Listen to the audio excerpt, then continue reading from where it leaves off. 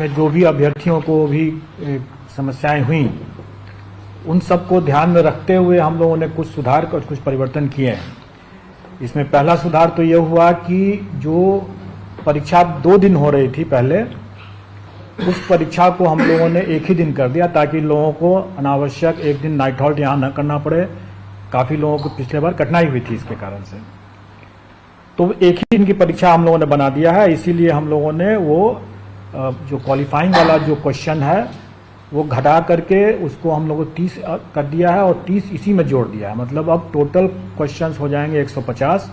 जिसमें से 30 रहेंगे क्वालिफाइंग नेचर के और भाग 1 होगा, भाग 2 होगा वही फिर से 40 और 80 का जैसे पिछले बार था। और इस परिवर्तन से एक और हम लोगों ने परिवर्तन किया है कि 2.5 घंटे की तो खैर परीक्षा होगी, लेकिन जो टाई ब्रेकर जो इस बार हम लोगों ने देखा कि टाई ब्रेकर में हमें कुल प्राप्तांक जब एक समान हो जाते हैं तो टाई ब्रेकर हम लोगों ने डेट ऑफ बर्थ हमारा था और उसके बाद अल्फाबेटिकल ऑर्डर में नाम था।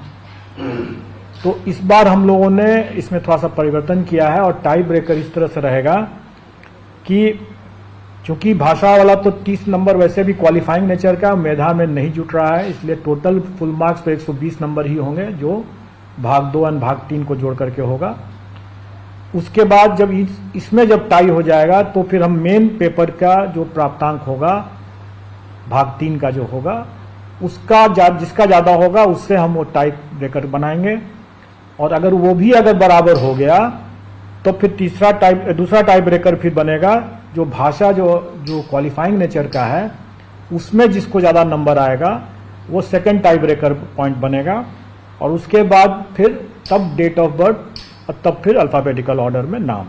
तो इससे क्या होगा कि मेधा को हम लोग ज़्यादा मतलब तरजीह दे रहे हैं, ज़्यादा प्रायोरिटी दे रहे हैं। इसके अलावा जो क्वालिफाइंग का जो 30% जैसे उसका पास मार्क्स रहेगा वो यथावत रहेगा और विद इन दैट 30 जो है क्वेश्चन जो होगा उसके अंदर 8 क्वेश्चंस जो रहेंगे वो अंग्रेजी के रहेंगे और 22 क्वेश्चन जो रहेंगे वो हिंदी के रहेंगे। ये पहले वाले उसी 30 क्वेश्चन में 8 क्वेश्चन जो रहेंगे वो अंग्रेजी के रहेंगे और 22 क्वेश्चन जो रहेंगे वो हिंदी के रहेंगे। टोटल 30 का रहेगा, लेकिन और 9 नंबर उसमें क्वालिफाइंग रहेगा उसका। उसके अलावा जो जीएस का और जो फिर मेन पेपर का जो 40 और 80 क्वेश्चन रहेंगे 120 वो पूर्वत मतलब पिछले बार की तरह ही टोटल पर जो जीएडी का जो मापदंड है क्वालिफाइंग कट ऑफ का वो वही रहेगा। सिलेबस का जो लॉजिक है वो वही लॉजिक इस बार भी रहेगा, मतलब कि जो एनसीईआरटी का जो पाठ्यक्रम है जो बच्चों को जो पढ़ाया जाता है वही पैटर्न रहेगा वही, लेकिन स्टैंडर्ड ऑफ कोर्स उससे ज़्यादा रहेगा। स्टैंडर्ड वही रहेगा जो उनकी एलिजिबिलिटी में जो उनका रिक्वायरमेंट है, जैसे ग्रेजुएशन है तो ग्रेजुएशन लेवल चला जाएगा, अगर पोस्ट ग्रेजुएशन तो पोस्ट ग्रेजुएशन लेवल चला जाएगा। इस बार जो हम लोग नया जो एक हो रहा है वो मिडिल स्कूल का हो रहा है, तो वो एक नया एडिशन है। इसके अलावा जो टोटल जो वैकेंसी हो रही है उसमें संभव है कि जो टीआरई 1 के जो अवशेष रिक्तियां हैं उन रिक्तियों को इसमें जोड़ा जाएगा। लेकिन इसको थोड़ा सा ये कंफ्यूज ना करें कि टीआरई 1 के जो अवशेष रिक्तियां वही हैं जिसमें कि नियुक्ति संभव ही नहीं है, लेकिन जो डॉक्यूमेंट वेरिफिकेशन के दौरान जो रिक्ति उत्पन्न होगी, जो ड्रॉप आउट्स होंगे या डॉक्यूमेंट वेरिफिकेशन में जो असफल होंगे उससे जो उत्पन्न होगी जो रिक्ति, उस रिक्ति को पहले हम सप्लीमेंट्री रिजल्ट से ही पूरा करेंगे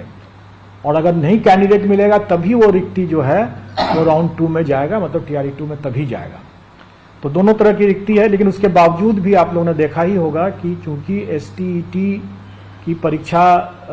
2019 के बाद नहीं हुई थी तो कई विषय में ऐसे थे जिसमें कि कैंडिडेट्स बहुत कम थे और रिक्तियां ज़्यादा थी। इसलिए स्वाभाविक है कि उसमें हम कभी भी हम पूरी रिक्ति को तो भर नहीं सकते थे, तो वो रिक्ति तो खाली ही रहना था।